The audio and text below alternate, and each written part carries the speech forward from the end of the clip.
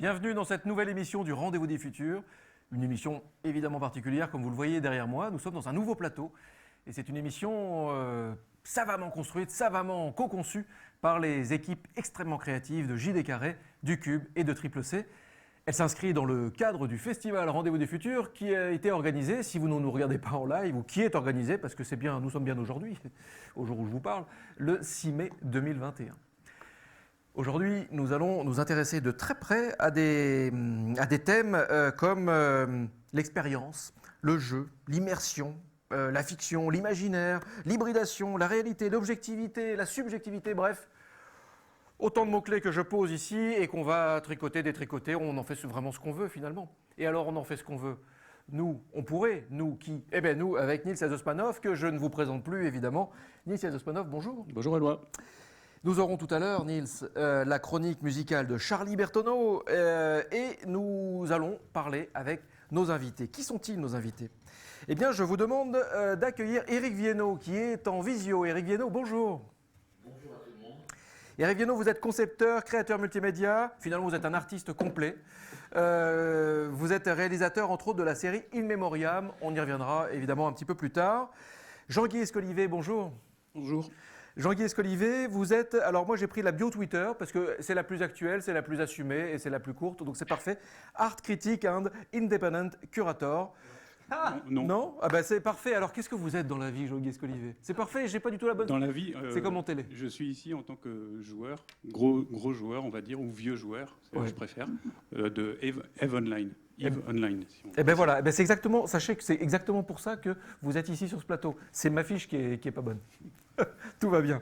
Et Yann Min, bonjour Yann. Bonjour. Alors Yann Min, vous êtes déjà venu nous voir dans une revue du Cube. Ce n'était pas un Rendez-vous des Futurs, mais vous êtes déjà venu nous voir. Alors, je vais me servir de la bio Twitter. Donc vous êtes bien astrophysicien spécialiste des anneaux de Saturne, c'est bien ça?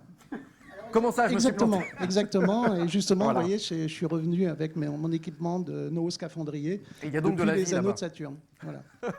Vous êtes Nounaute, Noosphere Explorator since 1979, artiste multimédia, muséographe, réalisateur, écrivain, documentariste. Et puis après, il y a des mots-clés, SF, BDSM, Serious Game. On va probablement aborder certains de ces mots-clés. Nils, j'ai bien envie de vous laisser le premier dialogue. Je sens que cette émission part bien, vraiment dans le elle part décor, bien. mais ça va être super, ça va être génial, ça va être très créatif. C'est un jeu. Ouais, c'est un jeu. Voilà. Alors, on va parler de récits du monde hybride entre jeux vidéo et réalité fictive. Merci infiniment à tous les trois d'être là, parce que chacun de vous a vraiment quelque chose de très précieux, je pense, à apporter à cette discussion. Alors, depuis la révolution cognitive, il y a à peu près 70 000 ans, les récits ont peu à peu façonné nos sociétés. Comme dit Yuval Hariri, ces réalités intersubjectives nous ont permis de faire société grâce à nos récits partagés. Mais aujourd'hui, le numérique vient bouleverser les choses. Grâce à lui, nos objets et nos environnements deviennent interactifs, communicants, expérientiels, relationnels. En se dotant d'une dimension sensible, narrative, le réel numérisé vient augmenter ou diminuer, c'est selon, on en parlera, notre rapport au monde. Entrons-nous dans l'ère des réalités fictives? Alors, on va commencer par le commencement. Avant les réalités fictives, il y a eu les réalités virtuelles et avant les réalités tout court. Et je voudrais qu'on démarre avec Jean-Guy Escolivet. Alors, je vous remercie vraiment beaucoup d'être avec nous parce que vous avez accepté de faire quelque chose qui n'est pas facile du tout. Je ne sais pas si j'aurais su faire ça, qui est tout simplement de décrire une expérience. Et par définition, décrire une expérience, c'est très difficile.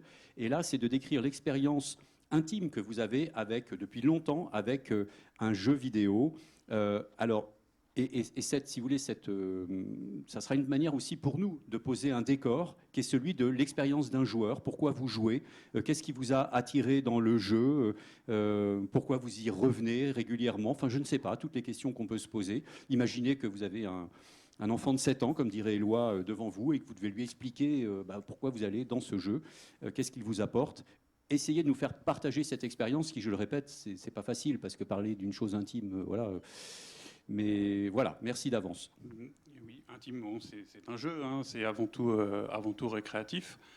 Et c'est aussi un engagement qui peut être quotidien et qui peut être sur la durée, puisque ça fait une dizaine d'années que je joue et que je paye pour jouer, puisque c'est sous forme d'abonnement. Et je ne joue pas tout seul puisque je fais partie d'une corporation, ce qu'on appelle dans les autres jeux guild, s'appelle dans Eve Corporation, et que c'est là où on tire tout le plaisir du jeu, c'est d'arriver à performer collectivement, à se surpasser, et voilà, à performer, à faire des choses vraiment intéressantes. Alors, ensemble. Pour qu'on comprenne bien, hein, donc, quand vous dites une guilde, une corporation, est-ce que ça veut dire que c'est les mêmes personnes que vous retrouvez à chaque fois ou non? Enfin, comment déjà Oui, quand je dis corporation, ça fait partie de la structure du jeu. C'est une entité du jeu avec un chef et des membres. Alors, c'était ma question suivante, c'est que est-ce qu'il y a une répartition de rôles? Alors, il y a un chef et il y a des membres, mais est-ce qu'il y a une répartition, sinon de rôles ou pas, après à l'intérieur de cette corporation? Oui, on crée nous-mêmes une organisation, une hiérarchie, qu'on veut ou pas, qui reflète celle d'une société moderne, avec des rôles, tout à fait. Mais alors, qu'est-ce qu'il a de spécial, ce jeu, du coup? Pourquoi lui et pas un autre? Voilà. Lui, parce que c'est un univers de science-fiction. Parce que c'est des vaisseaux spatiaux et que depuis tout gamin, ça me fait rêver.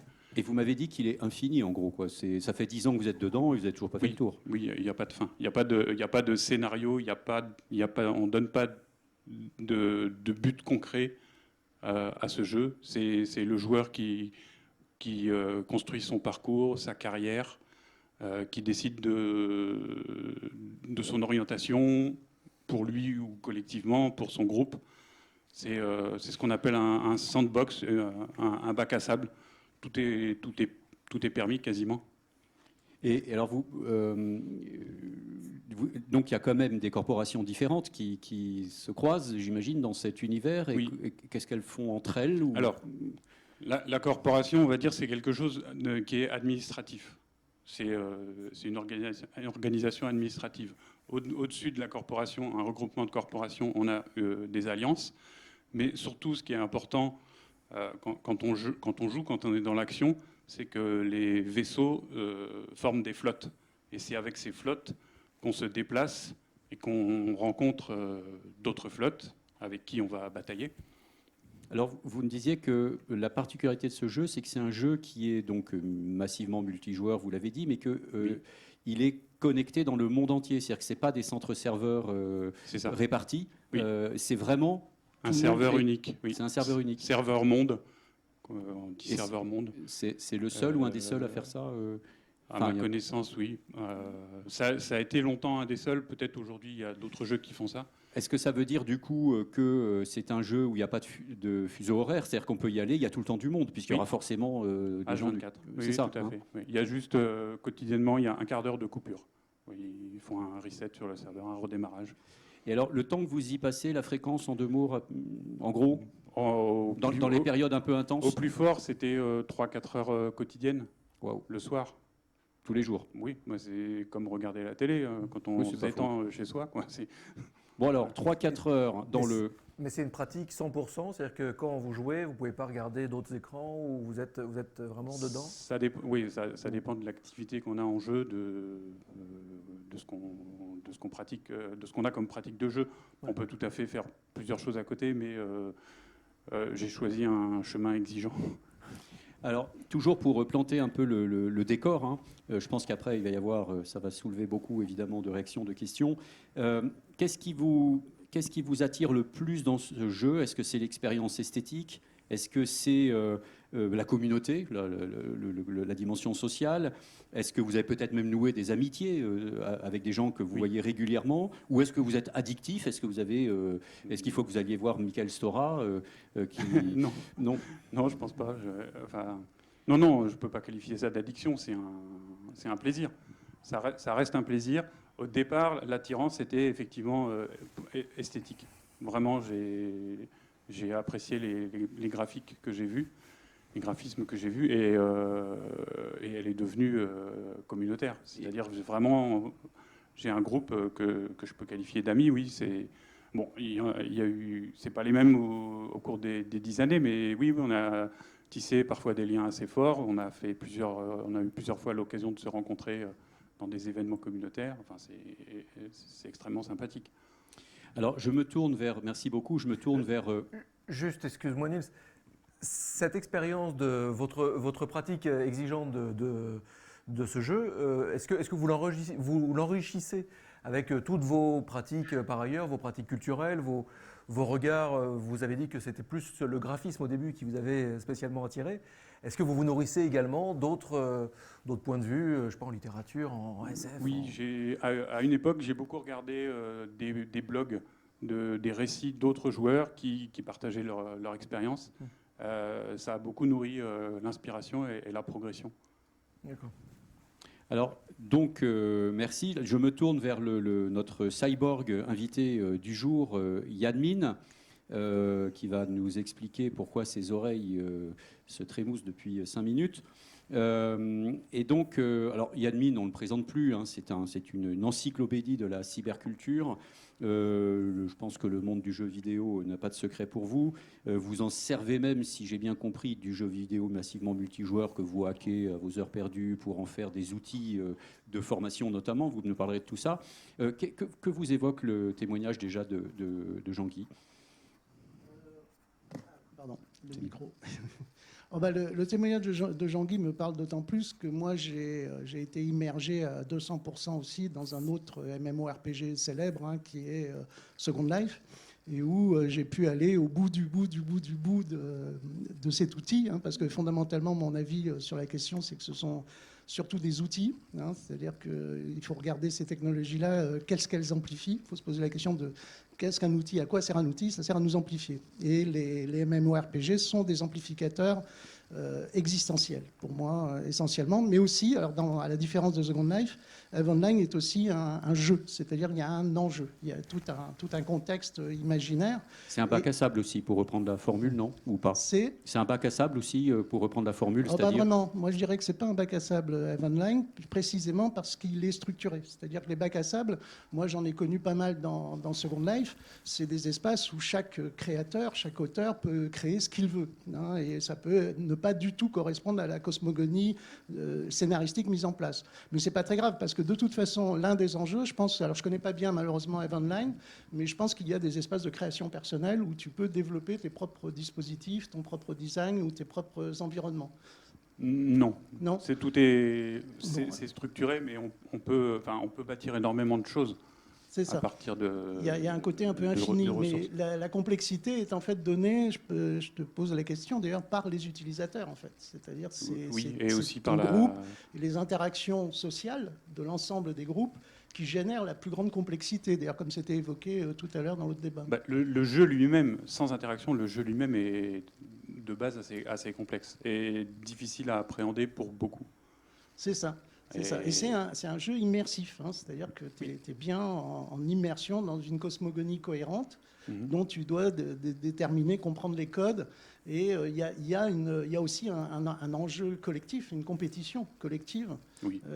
Hein, c'est aussi un jeu qui est basé sur la compétition, à la différence de Second Life, hein, qui est un jeu collaboratif plutôt. Mais pour moi, c'est pas un critère négatif. Hein, c'est-à-dire que ce principe de compétition fait partie de notre histoire. Et surtout, ce qui est très intéressant, ce dont témoigne Jean-Guy ici, c'est l'investissement existentiel que ça représente. C'est-à-dire que ce sont des alternatives. Hein, c'est quelque chose qui vient s'ajouter. Alors moi, j'ai tendance à dire, c'est pas quelque chose qui vient remplacer la réalité, c'est quelque chose qui vient s'ajouter à la réalité. C'est la critique qu'on fait souvent aux joueurs, aux gamers, qui sont immergés dans leurs univers virtuels, c'est de perdre pied ou de perdre le contact avec le réel. Et moi, j'ai tendance à défendre l'idée que non, c'est le contraire. C'est précisément le contraire, c'est-à-dire c'est exactement comme la littérature. Hein. La littérature a été un processus immersif extrêmement puissant jusqu'au XIXe siècle. J'ai des tas d'amis, moi-même, qui étaient entourés de colonnes de bouquins. J'ai moi-même été complètement addict à la science-fiction dans ma jeunesse. Hein. Je lisais 3 livres par semaine. Et là, les nouveaux outils nous ouvrent un cyberespace extraordinaire, d'une puissance incroyable, décuplée. C'est-à-dire, c'est les romans de science-fiction, puissance 10 000, puisqu'on est l'acteur de la cosmogonie qui est mise en scène. Et en fait, justement, ce que vous dites, c'est que l'état de conscience est modifié par l'utilisation intensive d'avatars. Et il y a des études qui sont sorties récemment où, effectivement, qui ont démontré que, suivant l'avatar qu'on choisit, on va avoir un comportement différent.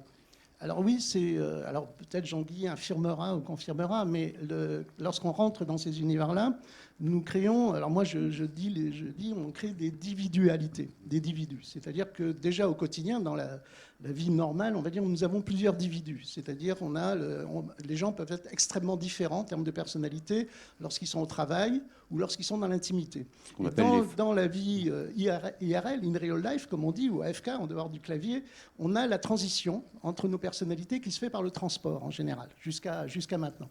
Là, maintenant, avec les mondes virtuels, les mondes immersifs, nous créons des individualités souvent grandiloquentes, exotiques, extraordinaires. Hein. Nous pouvons être femmes, nous pouvons être hommes, nous pouvons être dragons, nous pouvons être général, hein, nous pouvons être guerriers. Mais surtout, ce qui est très important, c'est que nous développons des relations sociales avec d'autres humains. Hein, ce n'est pas avec des robots. Souvent, les gens pensent qu'on est en relation avec des robots, mais on n'est pas en relation avec des robots. Nos interlocuteurs dans les espaces virtuels sont d'autres humains. Or, l'humain est la chose la plus complexe qu'on connaisse de l'univers. Et le problème, c'est que, ce n'est pas un problème, d'ailleurs, je trouve que c'est une qualité, un enrichissement. Nous développons des relations que nous ne pourrions jamais développer dans notre quotidien AFK. Et ça nous fait explorer, découvrir à la fois des faces de notre personnalité, mais aussi des autres, parce qu'on est confronté à l'étrangeté. Je suis bien certain que tu as dû être confronté à des étrangetés chez d'autres humains, de tes partenaires, qui nous enrichissent. C'est-à-dire qu'on enrichit notre propre relation sociale, notre propre complexité sociale, notre propre compréhension à la fois de nous-mêmes et des autres, se retrouve enrichie par ces entités amplifiées, hein, parce que nous sommes amplifiés, hein, et on va vivre des choses extraordinaires, ne serait-ce que, je vais prendre un exemple très simple, c'est dans Second Life, la très grande majorité des gens se contentent simplement déjà d'utiliser un avatar féminin quand ils sont des hommes et des masculins quand ils sont des femmes. Et les relations sociales, à ce moment-là, s'enrichissent d'une connaissance qu'on ne peut pas avoir autrement que par la transformation en physique, qui est beaucoup plus laborieuse. Alors, pour les étrangetés, pas besoin d'aller dans Second Life pour en voir. On en a devant nous. Expliquez-nous, là. Les petites oreilles, c'est un jouet japonais que m'a offert ma chérie qui est dans la salle, mon épouse, il y a déjà 15 ans. Et en fait, la base, c'est Neurosky Mindwave. On va dire, c'est l'une des premières interfaces neurales directes bon marché qui mesure de façon extrêmement sommaire une partie de mon activité cérébrale. Je ne vais pas rentrer dans le détail, mais ça mesure en fait si je suis dans un mode de pensée intériorisé ou extériorisé. Et les oreilles, à l'origine, ça s'appelle Nekomimi, donc oreilles de chat en japonais. Donc elles avaient des petites oreilles de chat. Hein, donc ça préfigure. Alors elles vont osciller entre l'état mental dans lequel je suis. Si je suis en état de pensée intériorisé, elles sont censées se coucher. Si je suis en état de pensée extériorisé comme on est actuellement, elles vont se redresser. Et j'ai fabriqué ces petites extensions récemment avec mon imprimante 3D en m'inspirant d'un manga japonais qui s'appelle Appleseed, de l'auteur de Ghost in the Shell. Et en fait, c'est l'émergence, alors je m'en sers pour parler de l'émergence dans nos montres actuelles d'outils qui vont nous permettre d'envoyer des informations supplémentaires à nos interlocuteurs, c'est-à-dire les gens ne peuvent pas s'empêcher, même si c'est relativement aléatoire, d'interpréter les mouvements de mes oreilles.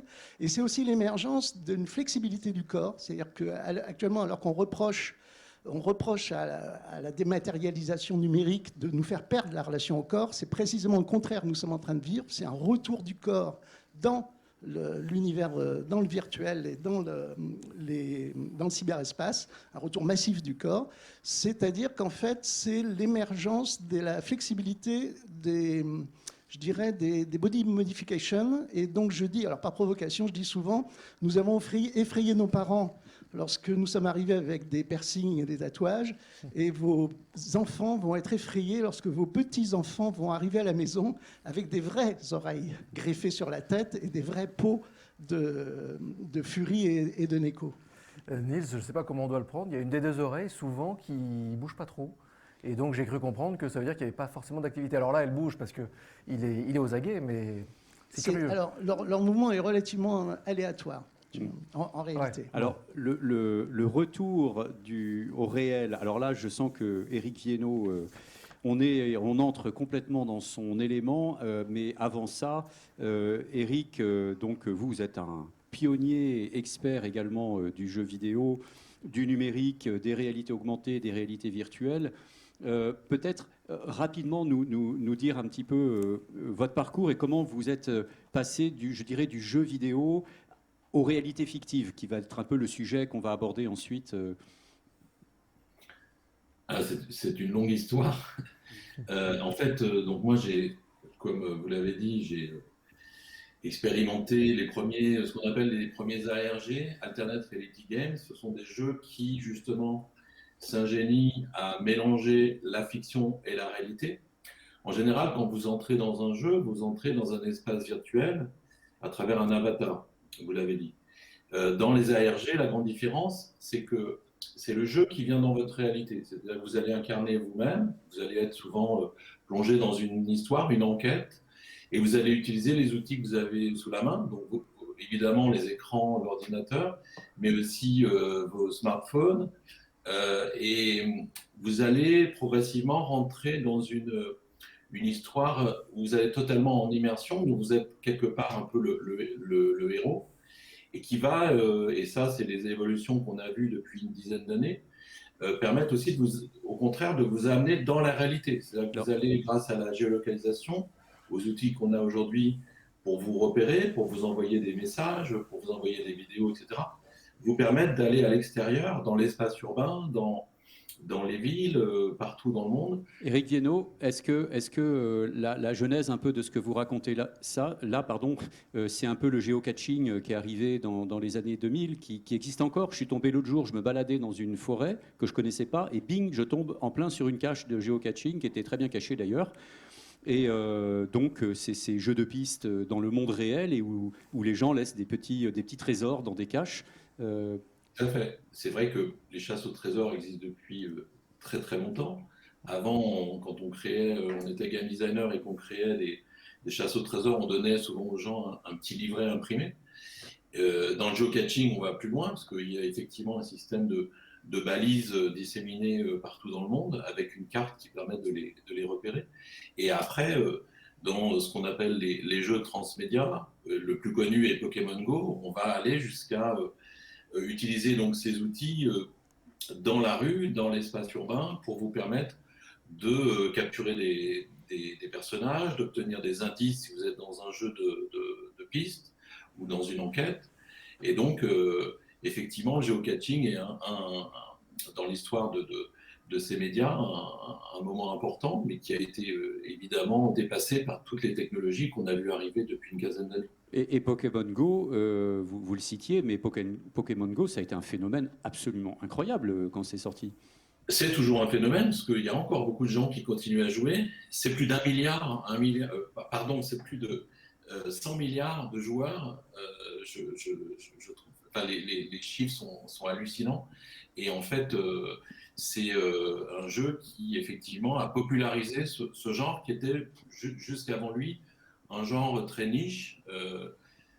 Les jeux que j'ai créés étaient joués par des centaines de milliers de joueurs, mais je ne suis pas arrivé à ces sommes phénoménales de joueurs à travers le monde. Oui, on a tous en tête ces scènes, notamment à New York, où dans des ouvertures de jeux Pokémon Go, où il y avait des gens qui se ruaient massivement dans Central Park ou ailleurs, et où la police a dû intervenir. C'était complètement délirant, quoi.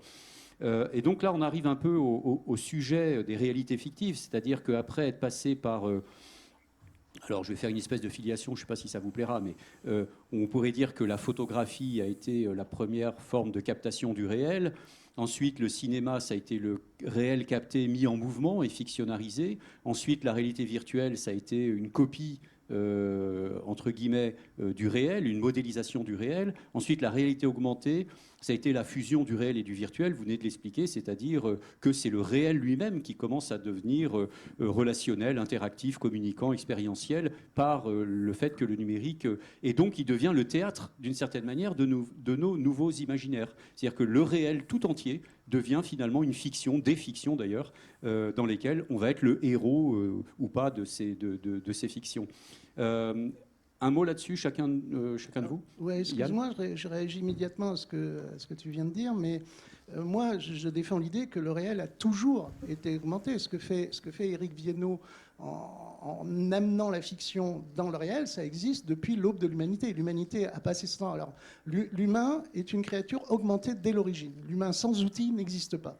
Déjà, donc Adam et Ève tout nus au paradis, ce sont des entités de fiction. L'humain a toujours eu des outils sur lui, en l'occurrence, par exemple, les vêtements. Les vêtements sont des outils qui sont à la fois des outils qui nous protègent du froid, des intempéries, du sol, avec les chaussures, mais ça a déjà, dès le début, été des outils communicants. C'est-à-dire que chaque humain s'est augmenté par de la décoration, par des symboles, par des relations informationnelles. L'humain est une créature informationnelle. C'est-à-dire, depuis la cybernétique, depuis Norbert Wiener, on sait que l'humain, ce qui le caractérise, c'est le traitement de l'information.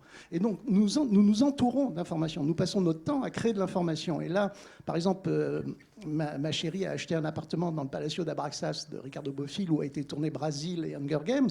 C'est de l'architecture augmentée, c'est-à-dire que c'est une architecture de geste qui est toutes nos architectures quasiment de prestige sont des fictions. C'est-à-dire c'est à la fois des bâtiments faits pour nous héberger, pour nous protéger, mais elles ont toujours été augmentées d'une dimension de référence fictionnelle, et la fiction a toujours fait partie de l'humanité. Donc nous nous augmentons par de la fiction en permanence. Ce qui se produit actuellement, c'est la puissance de ces outils. C'est-à-dire qu'on est passé d'outils que l'humain pouvait appréhender assez rapidement, j'irais jusqu'au Moyen-Âge, et puis avec l'explosion de l'industrialisation du 19e siècle, nos outils sont devenus d'une puissance incomparable, qui nous dépasse d'ailleurs individuellement. Et donc du coup, nous avons tendance à être pris dans ce que, comment il s'appelle, Marshall McLuhan, pour comprendre les médias, appelle un narcose narcissique. C'est-à-dire qu'on confond souvent ça avec de l'addiction.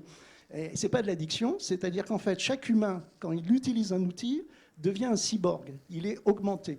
Et à ce moment-là, la question que se pose chaque humain, au moment où vous prenez possession d'un outil, c'est qui suis-je? C'est la question fondamentale. C'est que l'outil sautons. Connais-toi toi-même et tu connaîtras les dieux et l'Olympe. C'est comment savons-nous qui nous sommes? Eh bien, nous savons qui nous sommes par notre médiocrité. C'est-à-dire c'est en atteignant nos limites que nous savons qui nous sommes. Et toute l'histoire de l'humanité peut être aperçue, observée à travers l'exploration de nos limites géographiques, etc. Ce qui se produit actuellement, c'est que les outils que nous utilisons sont des amplificateurs cognitifs. L'informatique est un amplificateur cognitif. La voiture amplifie la jambe, les jambes, la motricité, l'appareil photo, la mémoire. L'informatique et les réseaux sociaux, ce sont des amplificateurs existentiels d'une puissance phénoménale, ce qui fait que, avant d'arriver au bout de savoir qui nous sommes, avec un mémoire PG, avec tous ces dispositifs-là, eh ben, on va mettre des années. Ça va prendre des années et on va sortir, au bout d'un moment, une fois qu'on est arrivé au bout de nos limites avec cet outil-là, on va sortir naturellement de cet état que moi je pense positif, que Marshall McLuhan appelle un narcose narcissique. Le problème, c'est que dans le temps, les outils n'évoluaient pas, ils restaient stables, donc on évolue plus vite que notre automobile. Actuellement, l'informatique évolue en même temps que nous. Donc notre limite avec les outils informatiques ne cesse de grandir. Et donc nous sommes, je pense que l'humanité entière est dans un état de narcose narcissique à cause des réseaux numériques. Et nous sortons de cet état-là, grandi, lorsque nous avons compris qui nous sommes avec notre outil, avec notre augmentation, avec notre greffe. L'informatique évolue même plus vite que nous, d'une certaine manière. Exactement. Voilà. C'est bien le problème, c'est que toute l'humanité est actuellement là, et c'est pour ça qu'il nous faut des dizaines d'années en plus de vivre. C'est-à-dire qu'il nous faut maintenant vivre 100 ans, 200 ans pour arriver au bout de nos limites individuelles par rapport à l'outil social, aux outils sociaux que nous sommes en train de développer. Et ces outils créent des phénomènes qui nous échappent encore, qu'on observe, mais qu'on ne comprend pas bien.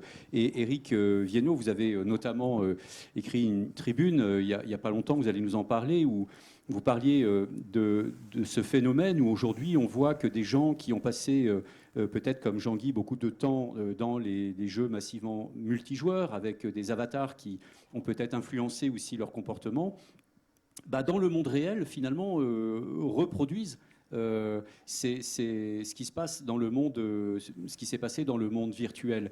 C'était, son nom m'échappe à l'instant, mais celui qui a créé les TEDx et la revue Wired, et qui disait il y a déjà 15 ans, qui disait on a expérimenté dans le monde virtuel immatériel plein de concepts, et ces concepts vont rentrer dans le monde physique.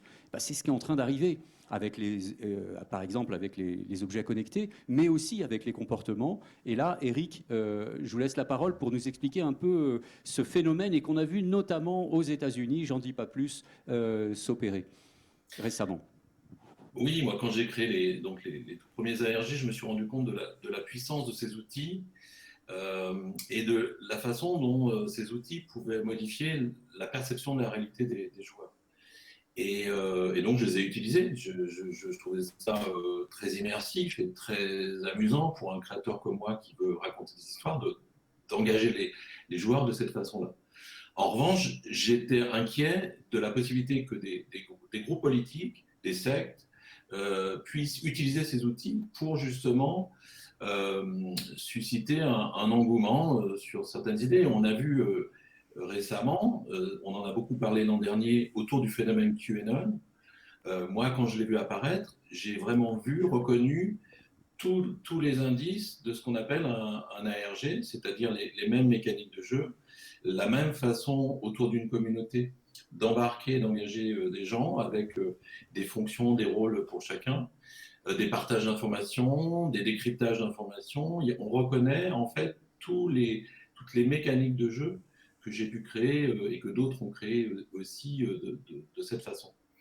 Et donc, effectivement, ça pose aussi la question de, finalement, moi je renverserais la question, je dirais finalement, qu'est-ce que la réalité? Est-ce qu'on est sûr qu'on vit tous dans la même réalité? Est-ce que les QAnon qui sont allés escalader le Capitole. Pardon? Le Capitole.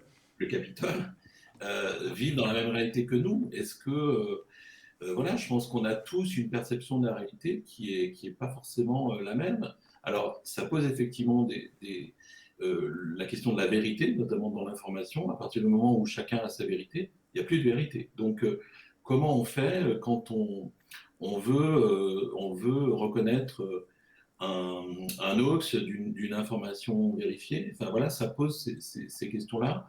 Et ces outils dans lesquels on est plongé de plus en plus, et notamment les réseaux sociaux, moi, il y a quand même un aspect qui m'interpelle et qui m'inquiète parce que je vois aussi, à travers leur profusion, à partir de la frénésie auquel ils sont liés, des phénomènes qui peuvent être inquiétants. Mais alors, il y a une image qui a frappé le monde entier, c'est celle justement au Capitole de ce gars là qui avait des cornes sur la tête et qui rappelait étrangement Yan Min. C'est pas les mêmes. Sauf que Yan Min est beaucoup plus pacifique, hein, je précise. Mais effectivement, cette image a fait le tour du monde et on se croyait un peu dans un jeu vidéo, enfin face à un avatar, quoi. Exactement. Ces gens-là jouent dans une réalité qui est différente de la nôtre et effectivement, leur accoutrement peut s'apparenter à une sorte de jeu de rôle, en fait. Jean-Guy, vous êtes prêt à monter au Capitole aussi ou au moins l'Assemblée nationale. Mais... Par rapport au Capitole, il y a une image qui a circulé sur Internet qui était assez rigolote, c'est qu'il disait que même dans GTA V, on ne pouvait pas faire ça. Ouais. C'est clair, oui, ça n'a même pas été proposé tellement c'était fou. C'est exactement ça.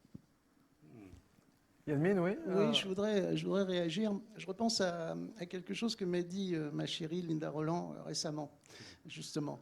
On discutait justement de la puissance des réseaux sociaux numériques et de ce que c'était. Donc je défendais l'idée que ce sont des amplificateurs existentiels. La télévision a été un de nos premiers amplificateurs existentiels, mass médiatiques, extrêmement puissants, après les réseaux sociaux contemporains. Et elle m'a dit, ben oui, mais on parlait aussi du fait que nous nous dirigeons vers 9 milliards d'humains. Et en fait, ce qui se passe, c'est qu'au Moyen-Âge, avant, on était beaucoup moins nombreux sur la planète Terre. Donc pour exister, pour se faire exister, on n'avait pas besoin d'outils extrêmement puissants, aussi puissants que les outils actuellement à Yamadi, pour pouvoir se faire entendre dans la société où nous sommes, où nous nous dirigeons vers 9 milliards d'humains. Pour pouvoir te faire entendre et pour exister dans cette société, tu dois utiliser des porte-voix extrêmement puissants.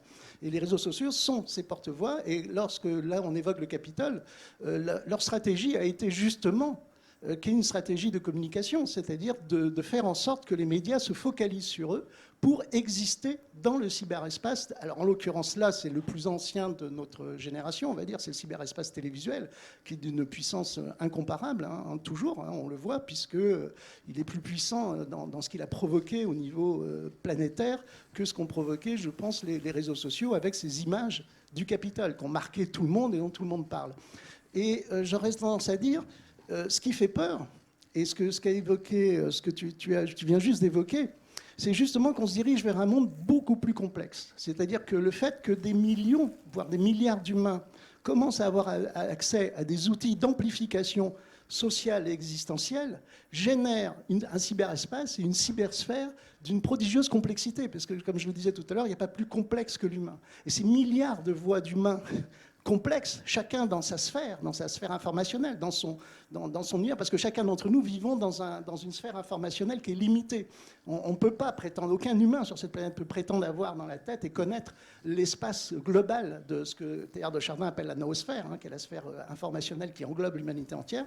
Et donc on a affaire là à l'émergence qui panique un peu, d'une multitude d'humains dans leur complexité. C'est les multivers, finalement. Et il y a un peu de ça, et je pense que c'est bénéfique. C'est-à-dire, contrairement à ce qu'on a un peu tendance à penser, moi je dis, ça va nous apprendre la complexité.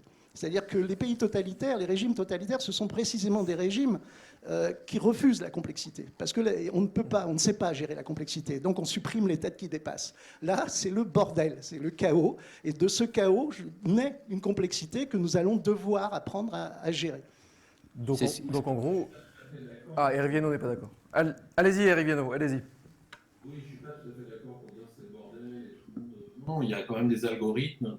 Et les algorithmes de Facebook, c'est pas du tout le bordel. C'est pas du tout le bordel du tout. C'est des choses qui sont très organisées et qui sont très tendancieuses et qui ne permettent pas à chacun de s'exprimer comme il le souhaite et qui ne permettent pas à chacun d'avoir l'information la plus objective ou la plus neutre possible. Non, c'est pas le bordel. Malheureusement, oui, c'est un très bon argument, c'est un très bon contre-argument que je reçois. L'algorithme c'est effectivement Facebook pas est non punk. plus le bordel. Mais tout à fait. alors, Enki Bilal, je ne sais pas si vous avez vu, a répondu à une interview récemment où il disait que les imaginaires dans quelques années seraient interdits parce que justement, pour les raisons que Yann évoquait, c'est-à-dire qu'on voudrait simplifier le bordel, pour reprendre le mot, et que donc on tuerait les imaginaires.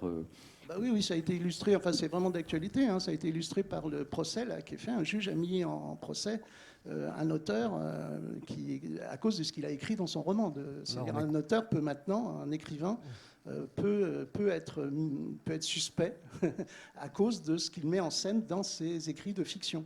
C'est-à-dire qu'effectivement, là, l'ensemble de la société serre les fesses. Mais je suis complètement d'accord avec Eric. C'est-à-dire c'est un chaos, mais effectivement, il y a des gens pour l'organiser ou essayer de l'organiser. Après, est-ce qu'ils y arrivent, est-ce qu'ils n'y arrivent pas? Ils arrivent dans un sens qu'on connaît bien tous, qui est le sens commercial, essentiellement. Et avec, effectivement, alors Facebook est un exemple typique de réduction de la complexité, en particulier de la complexité sexuelle. C'est-à-dire que je pense que Zuckerberg a été traumatisé par ses parents hippie techno de la libération sexuelle de la Silicon Valley des années 50. Alors, on m'informe qu'on vient d'être coupé sur Facebook, du coup on va... Je plaisante. Eric Viennot, une réaction? Oui, juste pour compléter, effectivement, la complexité, c'est plusieurs, c'est un nombre important de personnes. Or, les algorithmes de Facebook ramènent la complexité souvent à quelque chose de binaire, à deux groupes qui s'affrontent, parce que ça fait du trafic, parce que ça fait de l'audience et parce que l'algorithme se nourrit économiquement de ce modèle. Et on parle de Facebook, mais les autres grandes plateformes sont également régies par les algorithmes. Il faut se combattre, c'est-à-dire qu'effectivement, toutes nos sociétés, il a fallu se battre. Et donc, moi, je pratique la philosophie du cyberpunk. Il faut hacker le système. Il ne faut pas se faire instrumentaliser par le système, il faut instrumentaliser le système, chaque fois que c'est possible. Et donc, moi, je suis sur Facebook parce que ça permet, c'est une caisse de résonance qui est extrêmement puissante, et puis je me diversifie sur des tas d'autres réseaux, tous ceux qui sont disponibles. Mais effectivement, c'est un combat, ça a toujours été un combat, d'ailleurs, dans toute l'histoire de l'humanité, de la liberté individuelle face, et d'ailleurs, les fondateurs de l'Internet, les premiers hackers et créateurs de l'Internet ont déclaré la guerre perdue contre le totalitarisme du numérique il y a quelques années. On se souvient d'une interview de Ted Nelson, notamment l'inventeur de l'hypertexte, ici même au Cube, il y a 10 ans. Alors Ted Nelson, j'adore Ted Nelson parce qu'il a sorti un bouquin en 1974 qui s'appelle Computer Lib, avec un point levé sur une disquette. Et Ted Nelson, je l'adore parce qu'il était... Il était convaincu à l'époque, pourquoi il a mis un point levé sur une disquette? Parce qu'il était convaincu que l'informatique allait nous libérer dans un sens d'émancipation révolutionnaire. C'est pour ça qu'il a pastiché les Black Panthers à l'époque. Et l'informatique peut aussi devenir un prodigieux outil d'émancipation. Moi, j'ai eu l'impression, là, dans les dernières minutes, de feuilleter, c'est une lapalissade, hein, mais de feuilleter Orwell. C'est assez flippant. Avec Yann Min, donc le D'Alembert de la cyberculture, ça c'est ce que j'ai retenu de la présentation de Niels. Il est temps de faire une petite pause musicale, ce sera la pause finale, hein, mais on va parler musique un petit peu. On se revoit 2 minutes après, mais c'est la chronique musicale de Charlie Bertoneau.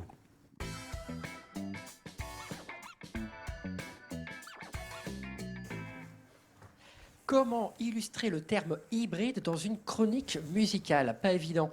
Pour moi, quelque chose d'hybride, c'est quelque chose qui est né d'un croisement entre deux êtres, entre peut-être deux cultures, deux procédés. Souvent, l'une des deux composantes prend le dessus sur l'autre. Et parfois, parce que le mariage a réussi, on assiste à la création d'une belle et nouvelle espèce en tant que telle. Alors, très loin de l'image du cyborg homme-machine, j'avais envie de partager avec vous la découverte de l'homme une corde. Ouais, c'est pas l'homme-machine, c'est l'homme une corde. Pas de technologie ici. C'est la rencontre entre une voix et une corde de guitare. L'artiste s'appelle Brushy One String. Il est jamaïcain. Allez le regarder en live. C'est magnifique, c'est hypnotisant, c'est brut, c'est vivant, c'est beau, c'est un peu blues aussi. Well, there's not there one big way. Well, there's not there my mind. I'm seeking a better way, yeah. I'm seeking a better days tonight. C'est puissant, c'est beau, c'est groovy, juste avec une corde. La rencontre de cultures différentes, ça peut aussi donner des choses hybrides qui deviennent uniques, tel ce chef-d'œuvre de 1978, une rencontre entre la Thaïlande et la disco américaine qui se développait à l'époque. Ça se passe de commentaires, ça se vit dans le corps et dans l'esprit, et surtout dans le corps, dans les hanches. C'est le morceau All Tied Up, remis à jour par Daniel T.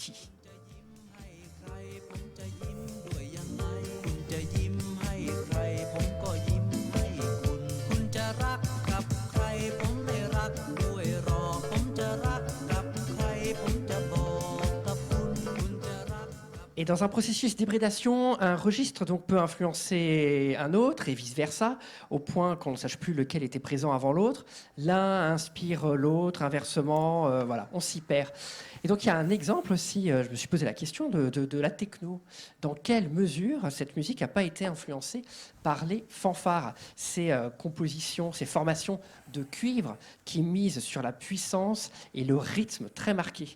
Est-ce que les fanfares ou les brass bands, à leur tour, ne pourraient pas aussi s'inspirer de la techno? C'est ce qu'ont fait plusieurs compositions, dont notamment celle du groupe allemand Meute, qui fait ça avec brio et succès, qui réarrange, réinterprète des standards de musique électronique. On a très hâte de les retrouver en vrai sur scène, car au bout de toute hybridation, il y a la vie. Meute.